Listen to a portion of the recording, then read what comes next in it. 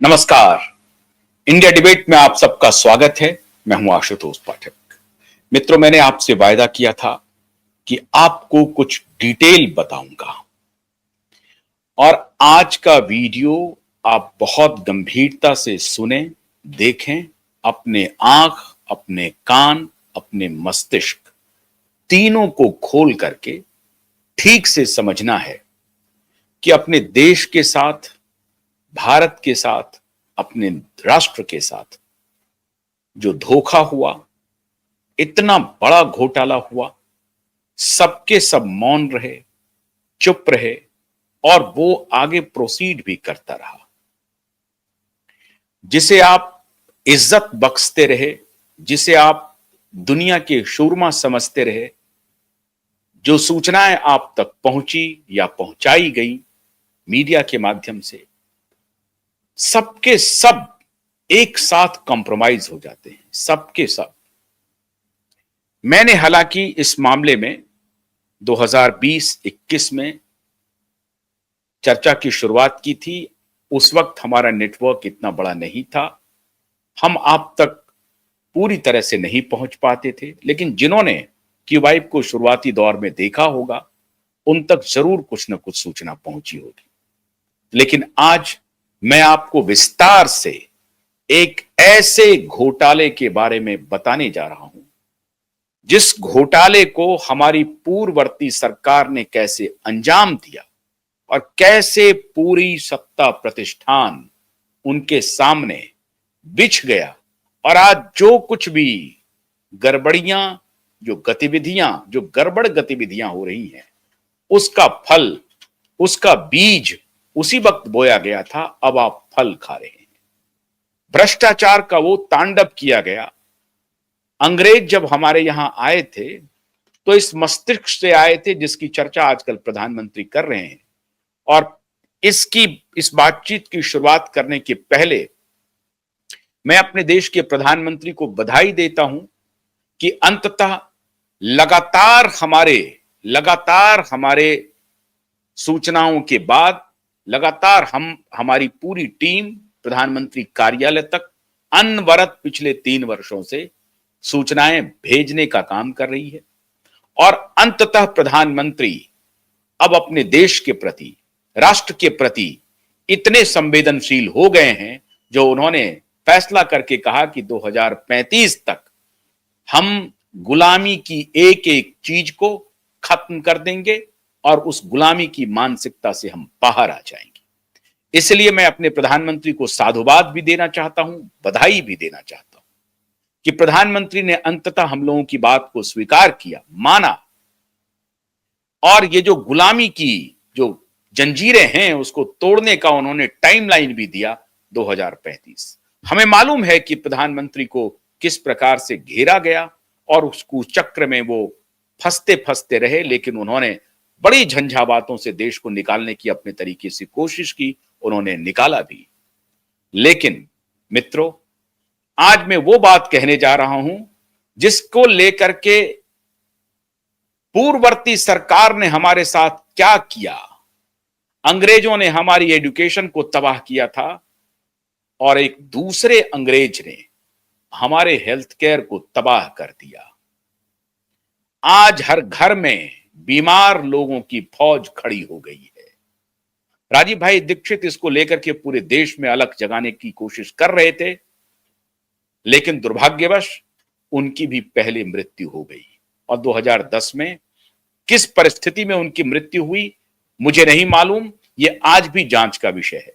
इतना स्वस्थ व्यक्ति कैसे इतनी जल्दी चला गया, जो भारत को गांव गांव जाकर के उद्वेलित करने का काम कर रहे थे, सही सूचना पहुंचा रहे थे, शिक्षा के बारे में और हेल्थ केयर के बारे में भारत को सजग कर रहे थे। जो कुछ भी हम पढ़ रहे हैं, जो कुछ भी हमारे पास जानकारी आ रही है, वो सबके सब कॉम्प्रोमाइज्ड है, सबके सब एक खास एजेंडे से हमें परोसा जा रहा है। इसकी जानकारी वो देते रहे और अंततः एक कॉम्पिटेंट इंजीनियर, एक वॉसिफेरस रीडर, जिन्होंने शोध करके भारत के नागरिकों को बताने की कोशिश की और वो आंदोलन खड़ा कर रहे थे स्वाभिमान भारत के तहत, भारत को स्वाभिमानी और स्वावलंबी बनाने के लिए कर रहे थे। अनफॉर्चुनेटली हमने उन्हें खो दिया। खैर, अब मित्रों लेकिन वक्त आ गया है जब आपको मैं पूरी जिम्मेदारी के साथ आप तक वो सूचनाएं पहुंचाऊं जिस सूचना को पाने का आपको हक है। तो टाइमलाइन शुरू करते हैं। एक एक बात आपको समझ में आएगी। धैर्य से विनम्रता पूर्वक आज आपको यह वीडियो देखना है। अपने देश की सरकार के साथ खड़ा रहना है। प्रधानमंत्री को सचेत करना है, बताना है। प्रधानमंत्री ने बहुत सारी गलतियों को ठीक करने की कोशिश की है, वो कर रहे हैं, आगे भी करेंगे। हमें पूरा यकीन है कि हमारे देश के प्रधानमंत्री जितनी गलतियां पिछली सरकारों ने की है, जो पाप किया है, जो घोटाला किया है, जिस तरीके से देश को तबाह किया है, उन गलतियों को हमारी सरकार ठीक करेगी और प्रधानमंत्री ठीक करेंगे, इसका हमें पूरा यकीन है। इस राइडर के साथ आज मैं सबूत की झड़ी लगा रहा हूं और आप सारे सबूत को देखेंगे। दुनिया में एक फाउंडेशन है, बहुत सारे फाउंडेशन है, एक फाउंडेशन है bill and Melinda Gates foundation. इसकी शुरुआत होती है 2000 में, ईस्वी 2000 साल 2000 में। आजकल bill and Melinda Gates foundation का जो टोटल कैप है 2024 के आंकड़े के हिसाब से हम बता रहे हैं इस फाउंडेशन का, इसे तो वो समाज सेवी फाउंडेशन कहते हैं, फिलैंथ्रोपिस्ट के रूप में ये जाने जाते हैं और फिलैंथ्रोपी का काम करती है ये फाउंडेशन। सामने से प्रथम दृष्टया आपको यही दिखेगा कि बीएमजीएफ जो है, bill and Melinda Gates foundation, philanthropy का काम करती है। आपको और हमें भी यही यकीन था। जब तक मुझे यह जानकारी नहीं थी, जब तक मैंने शोध नहीं किया था, मैं भी इन्हें इसी नजर से देखता था कि बड़े उदात्त हृदय के व्यक्ति हैं और कितना कमाल काम कर रहे हैं, इतने बड़े व्यवसायी होकर के पूरी दुनिया की भलाई करने के लिए निकल गए। मैं भी यही सोचता था, काश ऐसा ही होता, लेकिन वो हो नहीं पाया। हुआ क्या, आज मैं आपको तफसील से बताता हूं। आपकी नजर में यह व्यक्ति, आपको लग रहा होगा कि बिल गेट्स माइक्रोसॉफ्ट छोड़ करके आए और बहुत कमाल का काम कर रहे हैं, लेकिन भारत से उनका क्या रिश्ता है? भारत सरकार में क्या घोटाला हुआ, किसके साथ घोटाला हुआ, और इतना बड़ा घोटाला होता रहा, सबके सब चुप क्यों रहे? हमारी परमानेंट सरकार, जिसको आप ब्यूरोक्रेसी कहते हैं, उसकी क्या भूमिका रही?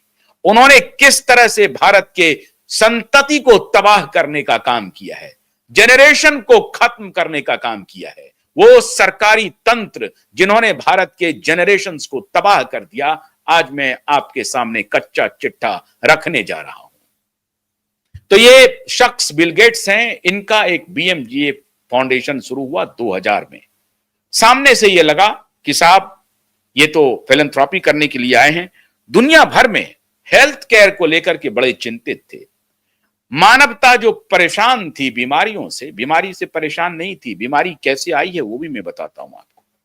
इन्होंने बताया कि लोग बीमार हैं, परेशान हैं, उसके लिए मैंने ये फाउंडेशन बनाया है और मैं लोगों को मदद करूंगा। अच्छी बात है, लेकिन अब संयोग का सिलसिला शुरू होता है। 2000 में इन्होंने फाउंडेशन बनाया और उसके बाद लगातार इनका एक फाउंडेशन जो फिलैंथ्रोपी का काम करती है, वो इन्वेस्टमेंट करना प्रारंभ करती है। और अगर आपको यह गलतफहमी हो कि यह फाउंडेशन तो फिलैंथ्रोपी का काम करती है, माइक्रोसॉफ्ट से इनका कोई रिश्ता नहीं है, बिल्कुल नहीं। माइक्रोसॉफ्ट से इनका रिश्ता है और 20 से 26% स्टेक आज भी bill and Melinda Gates foundation Microsoft का ओन करती है। अब मैं जरा आपको बताता हूं कि कब कब यह टाइमलाइन कैसे कैसे शुरू हुआ और मैं आज इसकी चर्चा क्यों कर रहा हूं। भारत सरकार से उसका क्या रिश्ता है, भारत सरकार से वर्तमान भारत सरकार से तो बाद में, पूर्ववर्ती सरकार से उनका क्या रिश्ता रहा, आज मैं विस्तार से आपको बताता हूं। 2000 में फाउंडेशन का जन्म होता है और फाउंडेशन के जन्म के बाद इनका जो निवेश होता है वो किन किन कंपनियों में निवेश होता है। निवेश की जो कंपनियां हैं वो सुनते जाइए। दुनिया की बड़ी बड़ी फार्मा कंपनियों में Bill and Melinda Gates foundation निवेश करती है, इन्वेस्ट करती है, पार्टनर बनती है, फिलैंथ्रोपी नहीं करती है। ध्यान रहे, bill and Melinda Gates Foundation बना करके ये दुनिया की बड़ी बड़ी फार्मा कंपनियों में निवेश करती है, फिलैंथ्रोपी नहीं करती है, इन्वेस्ट करती है ये पैसा। कैसे पैसा कहां कहां करती है? इन्वेस्ट करती है। Bill and Melinda Gates Foundation invests in numerous pharma companies, a strategy that evolved from early stakes in major players like Merck. कहां कहां कर रही है? Merck, Pfizer, Johnson and Johnson. ये 2002 में ही 2000 में Bill and Melinda Gates Foundation बना और 2002 में इनका जो निवेश हो गया Merck, Pfizer, Johnson and Johnson में 2002 में। और उसके बाद फाइजर बायोटेक अब भारत में भी शुरू हुआ गया। इन्वेस्टमेंट कहां कहां हुआ वो सुनिए। Biotech, Pfizer, GSK, Aurobindo, Cipla, doctor Reddy's and hetero labs.